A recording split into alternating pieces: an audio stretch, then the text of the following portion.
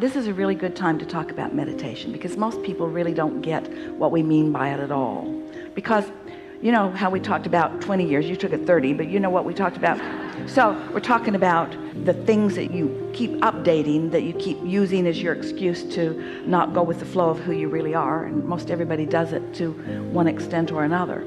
What happens is that as you're observing life experience and then letting what you're observing be the reason for the active vibration, often you pinch yourself off is too strong a word, but you hinder the natural flow of who you are.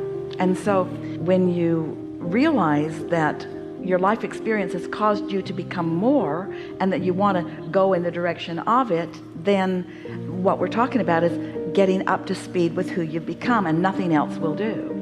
The reason that we talk about meditation is because you've got these beliefs that are in the way. And your beliefs, you didn't make them up. They're based upon experiences that you've lived.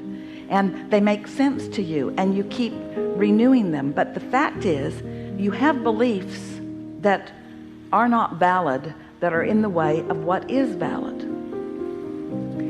And it's not the easiest thing in the world to sort that out, because there are what you call in your legal terms, there's evidence or circumstantial evidence, or there's peer group pressure, or there's historical data. In other words, there are all kinds of things that don't have anything to do with you that you tend to believe that just are not important or necessary. So what we've noticed is we've been playing with you all for a very long time, longer than you know. What we've noticed is that while we can help you bridge those beliefs, in fact, that's some of what the processes of the past life regression and things are about, is people trying to help you bridge beliefs or find a new way of looking at things.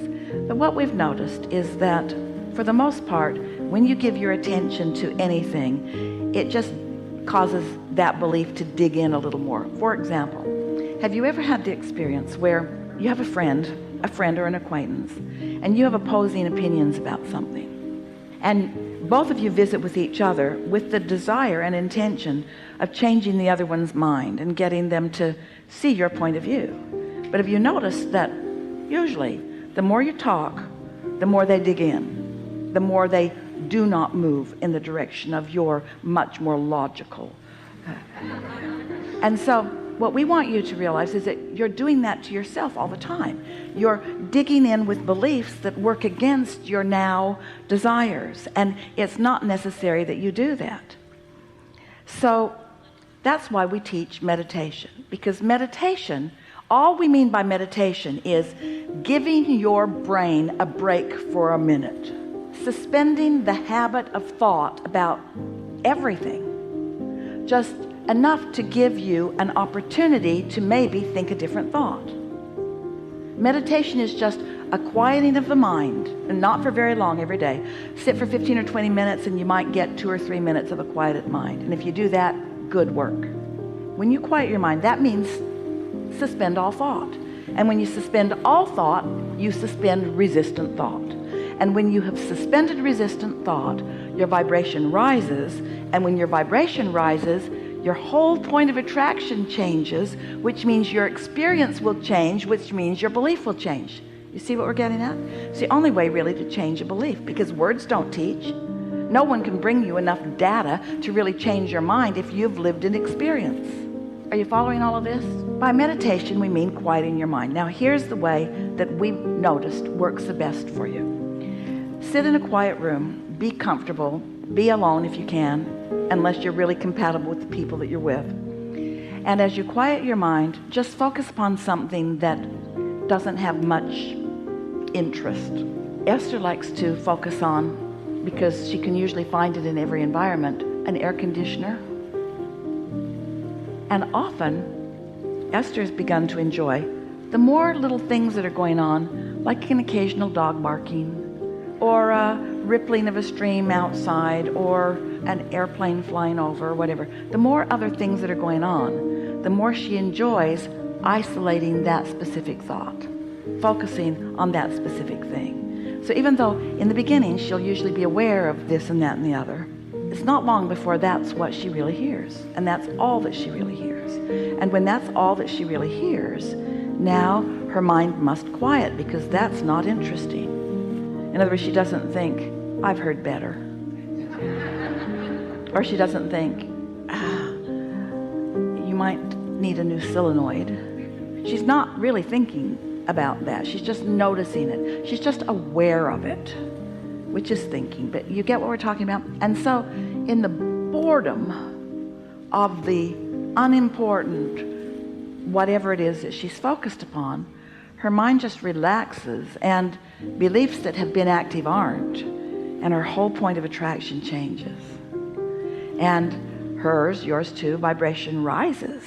When she's not doing that thing that doesn't let it, her vibration rises until she's vibrationally same as her own inner being. Whew, that is such a nice place to be. Now, at first, no messages from God come booming through. It's not like that. It just feels really satisfying.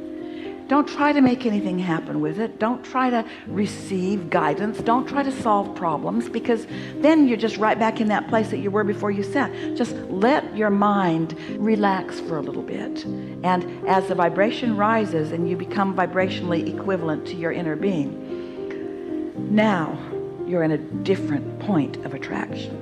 What happens is, even though you can't recognize it that first time or second or third or fourth, or maybe it won't ever be perfectly obvious to you what's happened to your point of attraction, but everything in your experience will change. Your relationship with every person, your relationship with your own body, your relationship with everything changes, because the resistance that you've been dragging around becomes less and less of a factor. So your beliefs begin to change.